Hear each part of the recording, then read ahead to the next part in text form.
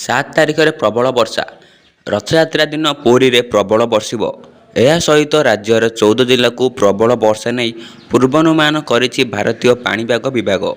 ଏପଟେ ରାଜ୍ୟରେ ଶୁକ୍ରବାର ବିଶେଷ ବର୍ଷା ନାହିଁ। 6 ତାରିଖରେ ମୟୂରଭଞ୍ଜ, କେନ୍ଦୁଝର, ରାୟଗଡ଼ା ଓ କୋରାପୁଟ ଜିଲ୍ଲାରେ ପ୍ରବଳ ବର୍ଷା ହେବ।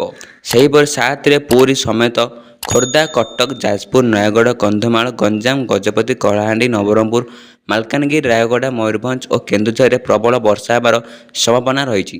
ସେହିଭଳି 8 ତାରିଖରେ ସୁନ୍ଦରଗଡ଼, କେନ୍ଦୁଝର, ମୟୂରଭଞ୍ଜ, ଗଞ୍ଜାମ, ଗଜପତି, ରାୟଗଡ଼ା, କଳାହାଣ୍ଡି, ନବରଙ୍ଗପୁର, କୋରାପୁଟ ଓ ମାଲକାନଗିରିରେ ପ୍ରବଳ ବର୍ଷା ହେବ ବୋଲି ଭୁବନେଶ୍ୱର ପାଣିପାଗ କେନ୍ଦ୍ର ପୂର୍ବାନୁମାନ କରାଯାଇଛି। ପଶ୍ଚିମ ଝାଡ଼ଖଣ୍ଡ ଉପରେ ଥିବା ଘୂର୍ଣ୍ଣିବଳୟ ପ୍ରଭାବରେ ରାଜ୍ୟରେ ବର୍ଷା ହେବ ବୋଲି ବିଭାଗ ଆକଳନ କରିଛି। ସେହିପରି 11ରୁ 18 ଉପକୂଳ ଓ ଉତ୍ତର ଓଡ଼ିଶାରେ ବର୍ଷା ସମ୍ଭାବନା ଥିବା ନେଇ ସିଷ୍ଟମ ସୂଚାଉଛି। ଅନ୍ୟପଟେ ସୋଆ ଜଳବାୟୁ ଓ ପାଣିପାଗ କେନ୍ଦ୍ର ନିର୍ଦ୍ଦେଶକ ଶରତ ଚନ୍ଦ୍ର ସାହୁ ପୂର୍ବାନୁମାନ କରିଛନ୍ତି, ରାଜ୍ୟରେ ପାଗ ଏମିତି ମେଘୁଆ ରହିବ। ସକାଳ ଓ ଅପରାହ୍ନରେ କାଁ ଭାଁ କିଛି ସ୍ଥାନରେ ବର୍ଷା ହେବ। 7 ତାରିଖ ଅପରାହ୍ନରେ ପୁରୀ, ଖୋର୍ଦ୍ଧା, ନୟାଗଡ଼ ସମେତ ବିଭିନ୍ନ ଜିଲ୍ଲାରେ ବର୍ଷା ହେବ। ଉତ୍ତର ପଶ୍ଚିମ ବଙ୍ଗୋପସାଗରରେ ଦକ୍ଷିଣ ଓଡ଼ିଶା ନିକଟରେ ଘୂର୍ଣ୍ଣିବଳୟ ସୃଷ୍ଟି ହେବ, ଯାହାର ପ୍ରଭାବରେ ବର୍ଷା ହେବ।